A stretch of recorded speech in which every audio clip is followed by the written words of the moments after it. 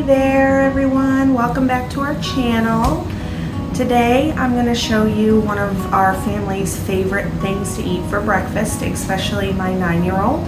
So if you're interested in learning what we're making, just continue to follow along. Don't forget during our videos to please put a thumbs up, and then down there you can hit the subscribe button so you can follow our family's story. Life's an adventure near and far. Join us today at Highland Hills Farm. Welcome back. So the first couple of things that we're going to talk about today is the ingredients that you're going to need to make what we call in our family is a toad in a hole. So the first couple things you're going to need is your frying pan. You will need one of your eggs, whether it's store-bought or your fresh chicken eggs. One of the things I just wanted to share with you during today's video is that when we're using our fresh chicken eggs here at our home, we pull them from the chicken coop and then we bring them into the home, and we do not wash our eggs until we're ready to use them. The reason for this is it preserves the eggs and allows them to last longer. That allows them to last longer out of the refrigerator on the counter, and then also if you wanted to put them in your fridge, they will last even longer in the fridge.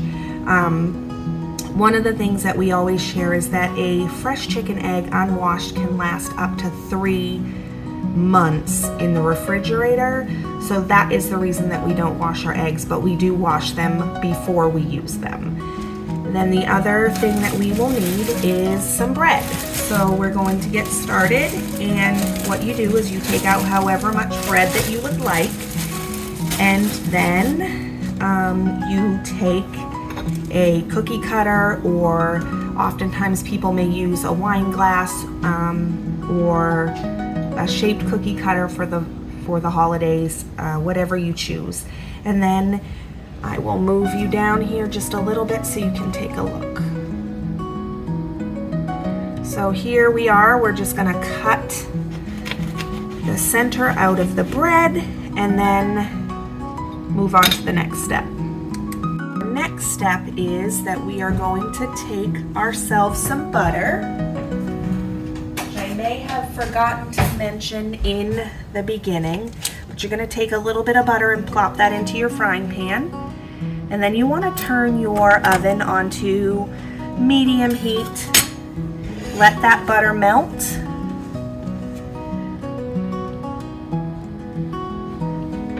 See, we got our frying pan here. And we're going to let that melt, and then we'll be back. Our next step is that we've put our butter in our frying pan. We've got our oven or our stove on about medium heat, and we've let the butter melt. So now we're going to place our bread that we've cut the hole out of the middle into the pan. I also put this in the pan as well. My son loves this crisped up as well, so we'll put that in there. And then what we do is we take our egg and we're going to crack that right into the middle of our bread, and we're going to let that cook for just a few minutes. So as you can see, our egg is starting to cook on the bottom. So now what I'm going to do is take some salt, and we're going to just kind of add that on top of the egg. We'll do the same thing with some pepper. And typically this is usually something that is eaten with the yolk running. My son does not like that, so I usually take a knife or a fork and I sort of start breaking up that yolk a little bit because he prefers it to be fully cooked. And then we kind of take a look at what the back sides of this look like. It's getting a little crispy there. And we'll wait a little bit longer for that so it hardens up a little. So now I'm going to flip each of these. Sometimes this one is a little bit trickier to flip, but we're going to take that and flip it.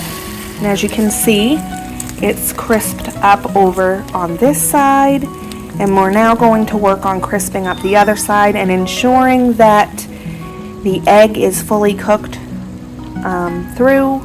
but typically you would cook it a little bit longer so that it's runny if you prefer your eggs to be runny. It's good? I'm glad you like it. Don't forget to continue to follow us, like us, and subscribe to our YouTube channel to continue to learn about our family and our journey.